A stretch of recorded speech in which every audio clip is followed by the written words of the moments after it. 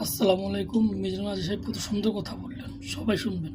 বিশ্বনবী মেরাজে গেলেন, মেরাজ থেকে ফিরে আসলেন। বিশ্বনবী বর্ণনা করলেন, আমি বাইতুল মাকদাস দেখেছি মাঝরাতে, লক্ষাধিক নবীকে নিয়ে নামাজের ইমামতি করেছি, 7 আকাশ দেখেছি, আল্লাহর আরশ দেখেছি, আল্লাহর সাথে কথা বলেছি, আবার ফজরের আগেই মক্কায় ফিরে এসেছি।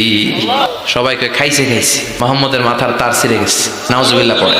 আবু জাহেল, উতবা, সাইবা সবাই মিলে একটা সুযোগ পেল, বললো এতদিন আমরা আবু বকররে বুঝাইতে পারি না, আজকে মোহাম্মদ যে গাঞ্জাখুরি কথা বলে এটা বললে আবু বকররে আমাদের দলে নিয়ে আসা যাবে। সবাই সাইয়েদনা আবু বকরের কাছে যায়, যে বলে আবু বকর জানো নাকি তোমার নবী নতুন কথা আমদানি করেছে? কি বলেছে আমার নবী? তোমার নবী বলে মাঝরাতে বাইতুল মাকদাস গিয়েছে। বাইতুল মাকদাসে তখন দ্রুতগামী ঘোড়া দিয়ে ছুটলেও যেতে লাগে 15 দিন, যেতে আসতে 1 মাস।